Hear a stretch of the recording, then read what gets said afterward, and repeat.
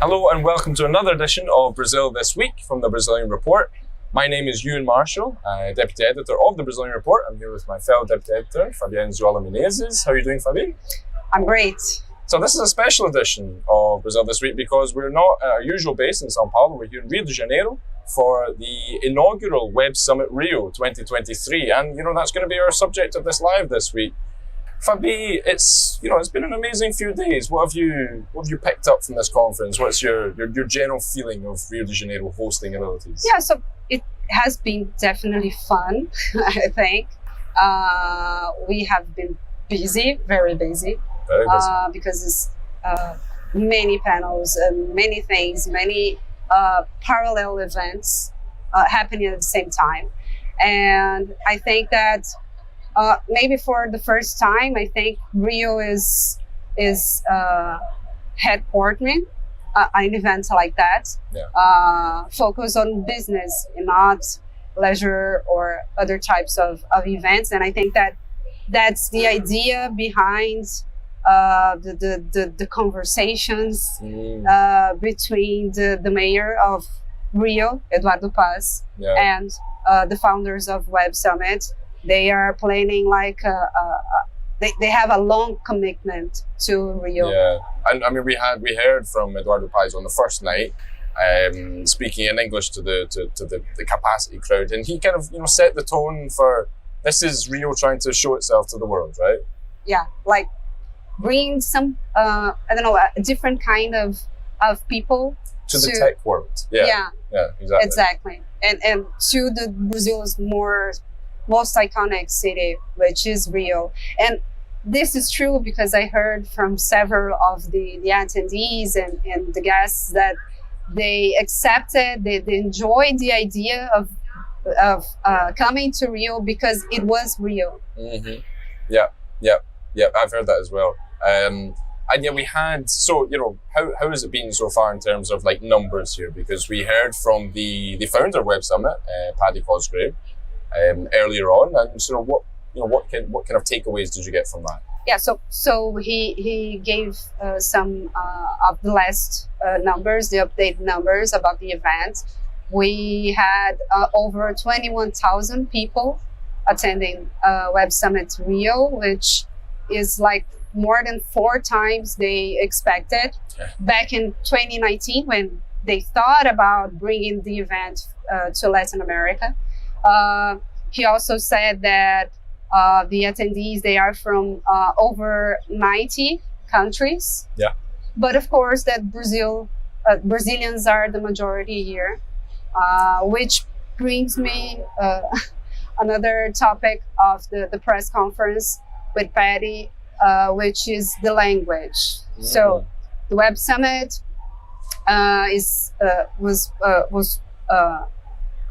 is being rolled out and in English because it's international brand, an international tech event and everything. But we kind of noticed that Brazilians are not exactly keen on that. Yeah, we had a lot of Brazilians asking Brazilians in front of an audience of Brazilians in English, which they weren't super comfortable with, right? Yeah. And you asked Paddy about this. Yeah, I did. And what he told me is that for the next edition, which is already being planned for 2024, he intends to bring real-time translation for at least 2 other languages, like English and Spanish or English and French, to the event, because he also noticed that this is something that needs to be corrected for the next edition. Mm-hmm. And he was quite surprised about the queuing habits of the Brazilian public, right? Yeah. Tell us a little bit about that. So it's the first year of an event, and of course that some problems are expected, but organizers were not expecting this kind of behavior that Brazilians have, which is arriving soon and securing the seats for a place, camping in the queue. Yeah, something like that. I mean, Rock in Rio is like that, isn't it? And this is another thing that I think we've picked up quite a lot of the last few days. People comparing this to like a music festival. Like people are coming here not to see their favorite bands, but like their favorite, I don't know, like CEOs or influencers Founders. or whatever. Yeah. And investors. It's definitely got that kind of that kind of vibe to it. He commented on that, and he was kidding about it. He definitely didn't expect that, because the registration for the event is supposed to be open late in the morning. Mm-hmm. But then they anticipated registration because they saw people, queuing for. Yes, so many people here. Yeah, and I mean, I think that this is something that he would have to expect for the next editions, because it definitely is going to happen again. Yeah.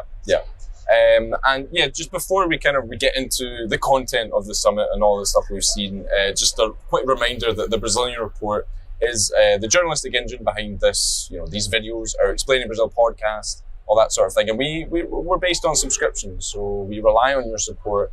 We're here at this major global event, and because of your support. And so if you like our work, if you want to see more of this type of content, do check out Brazilian.report/subscribe, because we've got a bunch of membership plans there. There's definitely going to be something that can fit your budget. And as well, if you already subscribe, or if you can't subscribe just now, but you're looking for a way to help us out, you can fill up our coffee mugs on our Buy Me a Coffee page. We accept monthly donations. We accept sporadic donations of however many coffees you'd like to buy us, because we need a lot of coffee covering this, and these kind of events require a lot of caffeine, let me tell you. And as well, you can contribute with a fixed amount to Buy Me a Coffee, and you would then become part of our Buy Me a Coffee members, which you gain kind of extra perks with like exclusive newsletters, behind the scenes content, all that sort of stuff. So please do check that out, support us, support the work that we've been doing here at Web Summit, and as well around Brazil and Latin America. And so back to Web Summit. The main thing, the topic of conversation, the topic of official panels, the topic of water cooler chat, everything is all about AI, right? Yes, it is. And the previous week, in our tech roundup, we had already anticipated that artificial intelligence would be the main topic, and well, it is. It's the the topic that in all the conversations, even during lunch, I think people are talking about it. But I also noticed that in addition to the buzz, the hype behind the idea of the businesses that are being developed with artificial intelligence, people are still discovering, how to use it and how to practically use it to scale business and to integrate these tools into several of other possibilities and sectors. This is something that it is being discussed, and also there is a kind of mixed feelings about it. Definitely, yeah. Because some of the attendees and the experts here, they are fear. They have fear of the idea of how things could change, or how quickly things would change. It's already changed, in some industries. I think one of the things that I've been picking up on is the speed of all of this. That's what seems to be, everyone's kind of a little bit taken aback by just how widely reaching AI is. And I imagine that what's really going to be interesting is we've got many years here in Rio at the Web Summit. Next year, I can imagine it's going to be the conversations we're going to be having about AI are just going to be dramatically different, because everything changes so fast, right? Yes, definitely. And the other thing that I saw, which is related to AI too, it's the idea of startups and the innovation ecosystem here in Latin America. We are in a kind of how investors call the bear market. Mm-hmm. So there is no liquidity as we had 2 years ago. We had a record year of investments in startups in Latin America in 2021. Then last year, with all the central banks raising interest rates, not only in Latin America, but globally, capital costs got higher. Yeah. And so it is much more hard to raise new rounds for the startups here in Latin America. But some of the investors were telling me that maybe the startups there are working with artificial intelligence or Web3 or decentralized finance, this kind of cutting edge sectors. They may be, I don't know, in a more favorable position to maybe get what is available. But it's just, I don't know, for Latin America is just a guess, I think, because it's not exactly happening. It's not quite happening as it is in the US yet. Well, excellent. I think we'll leave that there for today. Just a quick update from the Brazilian Report team and Web Summit Rio 2023.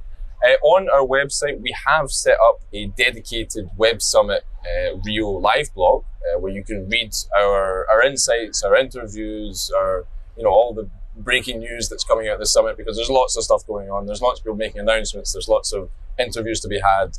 So do check that out if you haven't already. I just want to repeat that the Brazilian Report, which is the engine behind these videos and our Explaining Brazil podcast, we rely on subscriptions, we rely on your support. So please, if you enjoyed this video, if you enjoy our other content, check out Brazilian.report/subscribe.